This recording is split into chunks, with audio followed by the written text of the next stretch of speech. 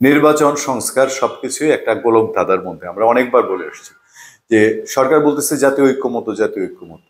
আমি ওই দিন দেখলাম মাহমুদুর রহমান মান্না প্রশ্ন করেছেন যে 6 মাস গেল, 6 মাসে এমনিতে তো দেশের পরিস্থিতি কি এনার নাই বললাম।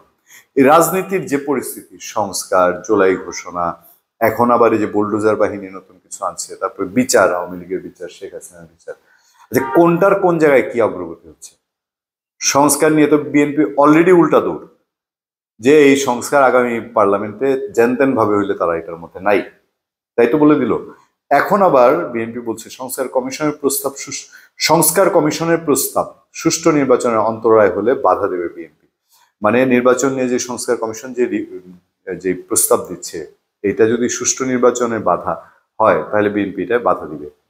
তো এখন ইলেকশন কমিশনও বলছে যে সংস্কার কমিশন যে ধরনের প্রস্তাব করছে সবগুলো বাস্তবায়ন হলে ইলেকশন কমিশনের ক্ষমতা খর্ব হবে। পৃথিবীতে ইলেকশন কমিশনের ক্ষমতা, ইলেকশন কমিশনে যদি বলে তার ক্ষমতা খর্ব হচ্ছে, তাহলে সুষ্ঠু নির্বাচন কিভাবে হয়?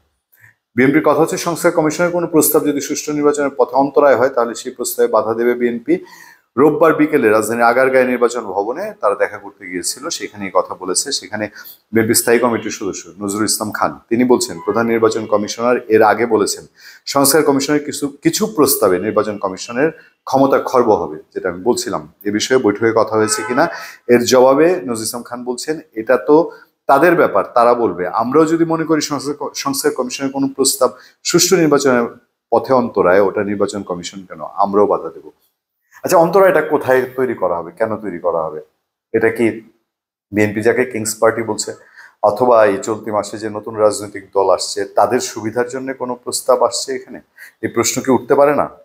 এরপর বলা হচ্ছে ওই বৈঠকে নেতৃত্ব দিয়েছেন নির্বাচন কমিশনের প্রধান নির্বাচন কমিশনার এম নাসির উদ্দিন, তার সঙ্গে ছিলেন নির্বাচন কমিশনাররা। বৈঠকে বিএনপি প্রতিনিধি দলের নেতৃত্ব দেন নজরুল ইসলাম খান, তার সঙ্গে আরো অন্যরা ছিলেন। নজরুল ইসলাম খান আরো বলছেন, নির্বাচন কমিশনের সঙ্গে আলাপ করে বুঝতে পেরেছেন আগামী মে বা জুন মাসে জাতীয় নির্বাচন আয়োজন করতে নির্বাচন কমিশন পরিপূর্ণভাবে প্রস্তুত হবে, সেই হিসাবে দ্রুতই জাতীয় নির্বাচন করা সম্ভব। এটা খুব গুরুত্বপূর্ণ।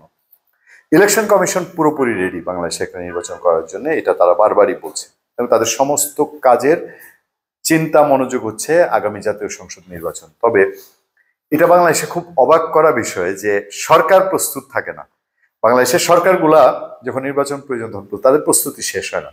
আওয়ামী লীগ বিএনপি শেষ দিকে গিয়ে দেখবেন ব্যস্ত বেশি হয়ে যায়, যে আর কয়টা দিন সময় পাইলে হলো, আর কয়টা দিন সময় পাইলে হলো। এখন অন্তর্বর্তী সরকারের সময় যদি এরকম হয় তাহলে একটু বেমানান হয় না? ইসি প্রস্তুত, এই সরকারের প্রধান কাজ হলো একটা ইলেকশন দিয়ে গণতান্ত্রিক কোনো একটা দলের কাছে ক্ষমতা হস্তান্তর, আর তো কিছু না। 5 আগস্টের আগে, এটাকে জুলাই বিপ্লব, অভ্যুত্থান আর যাই বলেন, তার আগে তো আর কেউ বলে নাই এই কথা যে এখন যে সরকার আসবে এই সরকার একটা অনন্তকাল থেকে, দীর্ঘ সময় থেকে সেই সরকার বাংলাদেশে একটা খুব সুন্দর একটা রাজনৈতিক দল গঠন করবে এবং তার হাতে ক্ষমতা দিবে, তা তো ছিল না। তাহলে এখনো যদি একটা সরকার প্রস্তুত না থাকে তাহলে বলার কি অপেক্ষা থাকে? যাই হোক, এই ইলেকশন নিয়ে এই গোলক ধাঁধা, ইসি রেডি, বিএনপি ইলেকশন করতে রেডি, অনেক রাজনৈতিক দল রেডি। শুধুমাত্র যাদের একটু লম্বা সময় হলে পরে মসনদে যেতে সুবিধা হয় তারাই বোধহয় আনরেডি। ধন্যবাদ সবাইকে, ভালো থাকবেন। আবার দেখা হবে, কথা হবে আপনাদের সাথে। আমি আতিক রহমান, পূর্ণিয়া।